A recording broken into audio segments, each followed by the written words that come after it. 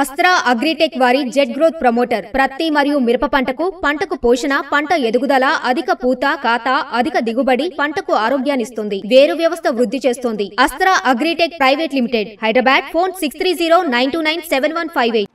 అందరికీ నమస్తే అండి. మాజీ ముఖ్యమంత్రి వైసీపీ అధినేత జగన్మోహన్ రెడ్డి గారు ఈరోజు గుంటూరు జైల్లో ఉన్న మాజీ ఎంపీ నందిగం సురేష్ గారిని పరామర్శించడానికి వెళ్ళారు.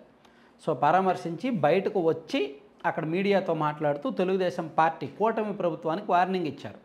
మీరు ఒక తప్పుడు సాంప్రదాయానికి నాంది పలుకుతున్నారు, కక్ష సాధింపుతో మా వాళ్ళని అరెస్ట్ చేస్తున్నారు, అధికారం ఎవరికి శాశ్వతం కాదు, 5 ఏళ్ల తర్వాత మేము మళ్ళీ అధికారంలోకి వస్తాము, వచ్చినప్పుడు మీ వాళ్ళని ఇలాగే మేము వేస్తాము, రెడ్ బుక్లు అనేవి మీకే కాదు మేము కూడా రెడ్ బుక్లు మెయింటైన్ చేసుకోవచ్చు, అందరూ రెడ్ బుక్లు అనేవి అందరూ మెయింటైన్ చేయొచ్చు, అది గుర్తుపెట్టుకోండి అని చాలా మాసుగా టీడీపీ కూటమి ప్రభుత్వానికి వార్నింగ్ ఇచ్చారు. అంటే చాలా సింపుల్గా చెప్పారు, మేము మళ్ళీ ఫ్యూచర్లో అధికారంలోకి వస్తే ఖచ్చితంగా కూటమి వాళ్ళని అరెస్ట్ చేస్తాము, మా కక్ష సాధింపు ఇంకా ఎక్కువ ఉంటుంది అనేటట్టు ఇండైరెక్ట్గా వార్నింగ్ ఇచ్చారు. అయితే ఇప్పుడు 4 సంవత్సరాలు 7-8 నెలల తర్వాత, సరే అది అవుద్దా లేదా తర్వాత విషయం, అప్పుడు ప్రజలు ఏం తీర్పిస్తారా అనేది తర్వాత విషయం. అయితే ఇక్కడ కూటమి ప్రభుత్వం కక్ష సాధింపులకు పాల్పడుతోందా, అసలు గత ప్రభుత్వం కక్ష సాధింపు చేసిందా లేదా అనేది కూడా మనం ఒకసారి ఆలోచించాలి. గత ప్రభుత్వం కక్ష సాధింపు చేసిందా లేదా, ఇది నేనో మీరో చెప్పడం కాదు. గుంటూరుకు చెందిన 65 ఏళ్ళలో 70 ఏళ్ళలో ఆమె రంగనాయకమ్మ అనే వృద్ధురాలని అడిగితే చెప్తారు. జస్ట్ సోషల్ మీడియాలో ఒక పోస్ట్ షేర్ చేసినందుకు గాను ఆమెను అరెస్ట్ చేశారు. సో ఆమెను అడిగితే చెప్తారు కక్ష సాధింపు చేశారా లేదా అని. అలాగే ఒక జర్నలిస్ట్, ఒక ప్రొఫెషనల్ జర్నలిస్ట్గా పనిచేసిన అంకబాబు గారు 70 ఏళ్ళకు పైబడి ఉన్నారు, రిటైర్ అయ్యారు ఆయన. ఆయన్ని అడిగితే చెప్తారు గత ప్రభుత్వం కక్ష సాధింపునకు పాల్పడిందా లేదా అనేది. ఆయన అడిగితే చెప్తారు, చాలా సింపుల్గా చెప్తారు. అలాగే గత ప్రభుత్వ హయాంలో కక్ష సాధింపులు ఎదుర్కొన్న ఆయన రామచంద్ర యాదవ్ గారు, పొంగనూరు నియోజకవర్గం బోడే రామచంద్ర యాదవ్ గారు, దాదాపుగా ఆయన మీద 70 కేసులు పెట్టారు. 70 అంటే 94 కేసులు అనుకుంటా ఆయన మీద పెట్టారు.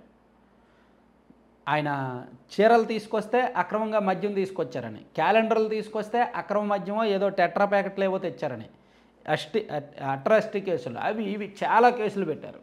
సో ఆయన్ని అడిగితే చెప్తారు కక్ష సాధింపు చేశారా లేదా అని. అంతెందుకు ఈ దెందులూరు ప్రస్తుత ఎమ్మెల్యే చింతమనేని ప్రభాకర్ గారు, ఆయన్ని అడిగితే చెప్తారు గత ప్రభుత్వం కక్ష సాధింపు చేసిందా లేదా, జైల్లో పెట్టారా లేదా అని. అచ్చెన్నాయుడు గారు, అలాగే ఆయన ఎవరు కొల్లు రవీంద్ర గారు, దూలిపాల నరేంద్ర, ఇలా చాలామంది ఉన్నారు. వీళ్ళందరూ కూడా గత వైసీపీ ప్రభుత్వ కక్ష సాధింపునకు బలైన వాళ్ళే. అంతెందుకు చంద్రబాబు నాయుడు గారిని అరెస్ట్ చేశారు, ఆధారాలు లేవు కదా, ఆధారాలు చూపించలేదు కదా, ఆధారాలు చూపించలేకపోయారు కదా. సో కక్ష సాధింపు గత ప్రభుత్వం చేసింది కాబట్టి ఈ ప్రభుత్వం కూడా కొనసాగిస్తుంది. సో వాళ్ళు అక్కడక్కడ చట్టాన్ని అతిక్రమించారు, వాళ్ళు వీళ్ళని కూడా వాళ్ళు చూడాల, కానీ ఈ ప్రభుత్వం చట్టాన్ని అతిక్రమించట్లా, అందుకే నెమ్మదిగా చేస్తున్నారు. నిజంగా వీళ్ళు కక్ష సాధింపు చేయాలంటే ఫస్ట్ చేసేది కొడాలి నాని గారిని అరెస్ట్ చేయలేరా చెప్పండి. చట్టానికి ఆయన దొరకలేదు కాబట్టే ఆయన్ను అరెస్ట్ చేయట్లా. సో చట్టానికి దొరక్కపోయినా అరెస్ట్ చేసిన, కేసులు పెట్టినా అది కక్ష సాధింపు కిందకు వస్తుంది. జాగ్రత్తగా వినండి ఒక పాయింట్.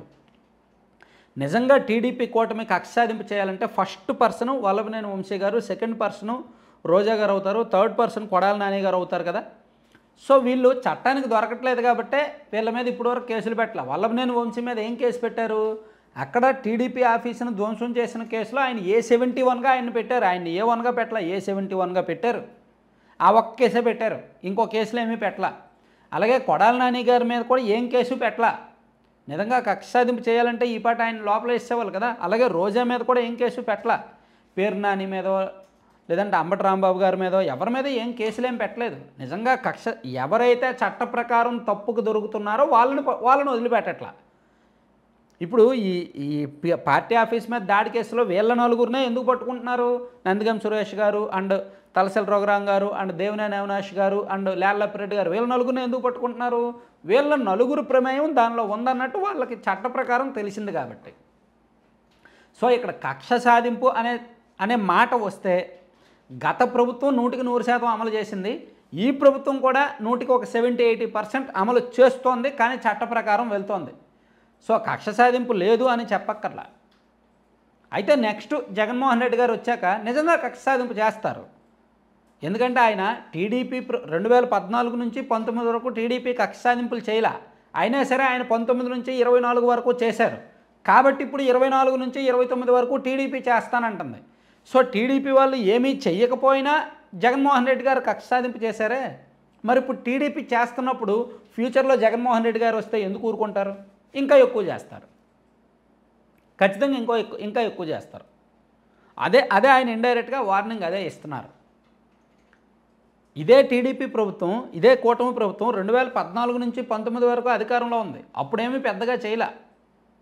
నాకు తెలిసైతే పెద్ద కక్ష సాధింపులు ఏమీ జరగల.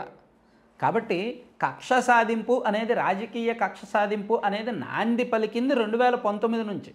దాన్ని వాళ్ళు నాంది పలికారు, కొనసాగించారు. వీళ్ళు కూడా కొనసాగిస్తున్నారు విత్ సమ్ కండిషన్స్.